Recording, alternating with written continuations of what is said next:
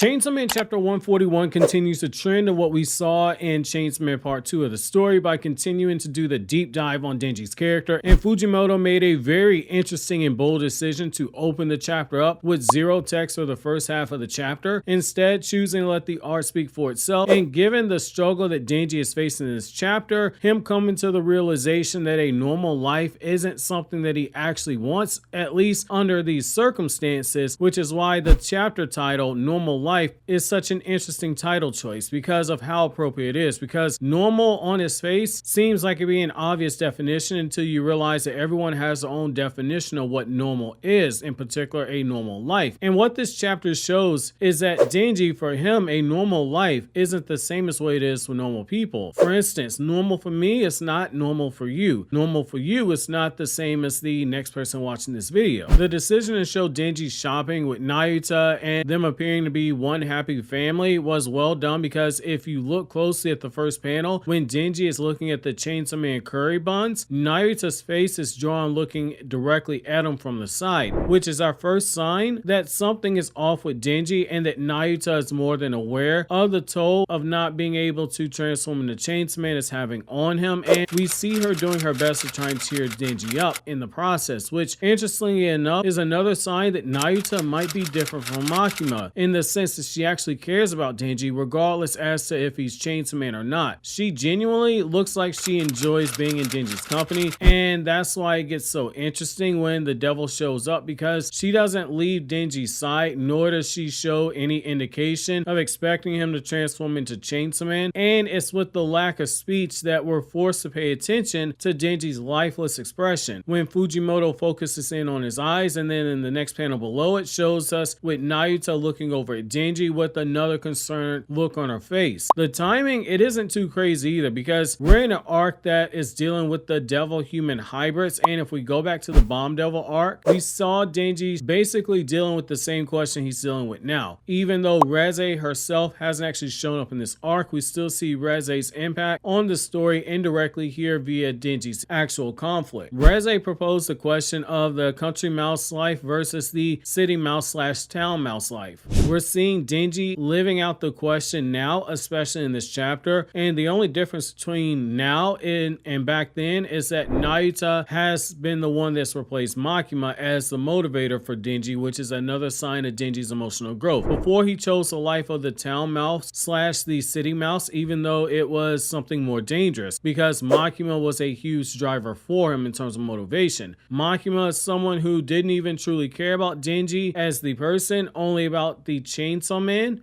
Now we see him living out the life of the country mouse because his motivation has changed. He has Nayuta as his motivator, and she's someone who actually appears to actually care about Denji as a person, regardless as to him being Chainsaw Man or not. Denji, when we really sit back and look at his character, he got off on those feelings and emotions and all the highs that came from transforming into Chainsaw Man. The life of the city slash town mouse is something that he's deeply missing right now. His body language screams of that. However, mostly because of his attachment to Nayuta and wanting to keep her alive, he's leaving behind that part of himself, making himself emotionally mature and making the adult decision in the process, which is putting aside his own personal wants and desires in order to take care of and provide for Nayuta, someone who actually depends on him. She might be the reincarnated control devil, but she's still a child, and Denji is still tasked with raising her in a way where she doesn't turn out to be another Makima. But in this chapter, through his expressions, we see that Denji is struggling with this quiet life, because it's basically him being obedient and doing what's asked of him, which when we look back at Denji's character, this hasn't always ended well for him. When he did that, when he fought the Yakuza, it led to his death. When he did that with Makima, it led to Aki and Power dying. Denji in part 2 has to a degree been a little bit more rebellious and trying to take more control over his life. But now we see that he's been forced to go back into that life of obedience under the guise of it being the normal life that he always wanted when Yoshida presented it to him, and he isn't sure if this is something he actually wants. But we can see that he's scared of the ramifications because of how Denji is acting, and that makes the scene where he cuddles up with Nayuta hit that much harder when you think of it from that perspective. Denji right now isn't just lost, he's scared. Nayuta knows something is wrong with Denji, and in her own childish way, which, side note, there's nothing wrong with someone being a child, but her childish answer is what Denji needed to hear in this moment.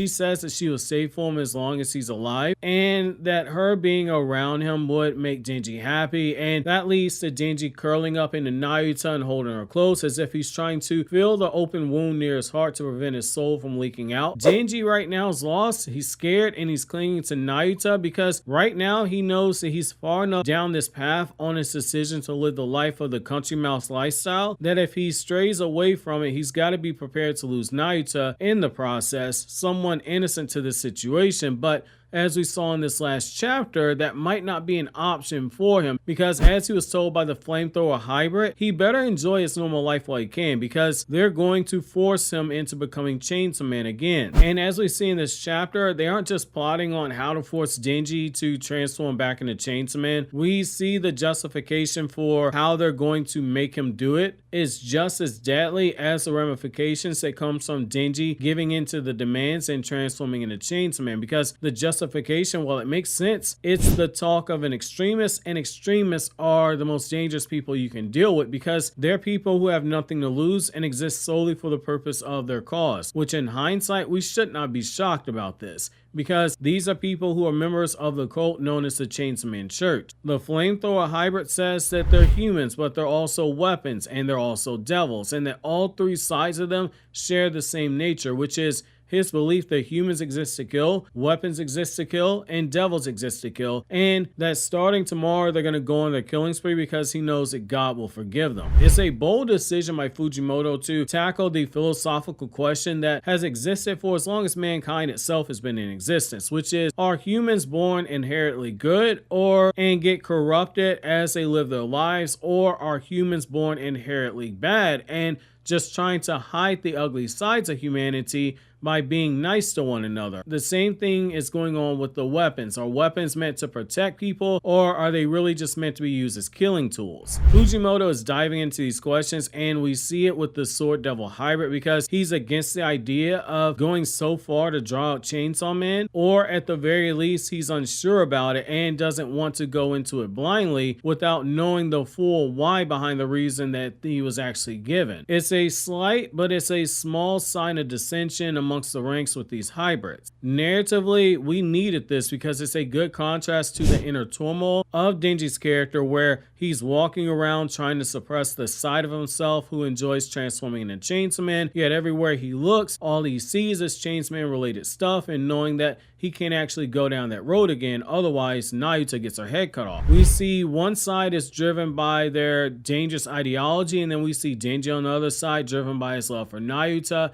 and his desire to protect her, even at the expense of his own happiness. And caught in the middle of this looks like it's going to be Sugo, the Sword Devil hybrid, because that dialogue wasn't dropping there by mistake of him wondering if maybe they were taking things a little too far, because I do believe he feels a genuine desire to want to be friends with Denji, and it's largely because of what happened with the whole Makima situation in part 1, and I think there's a chance that he chooses Denji over the ideology of the Chainsaw Man Church, potentially running a similar risk that Reze did, but that might just be me. However, I'm curious to know how you guys feel about this. Do you guys agree with me that Denji looks like he's suffering right now, or do you think that Denji's just moving closer towards accepting that normal for him is always going to be Chainsaw Man? While you think that over, click here to watch these other Chainsaw Man videos.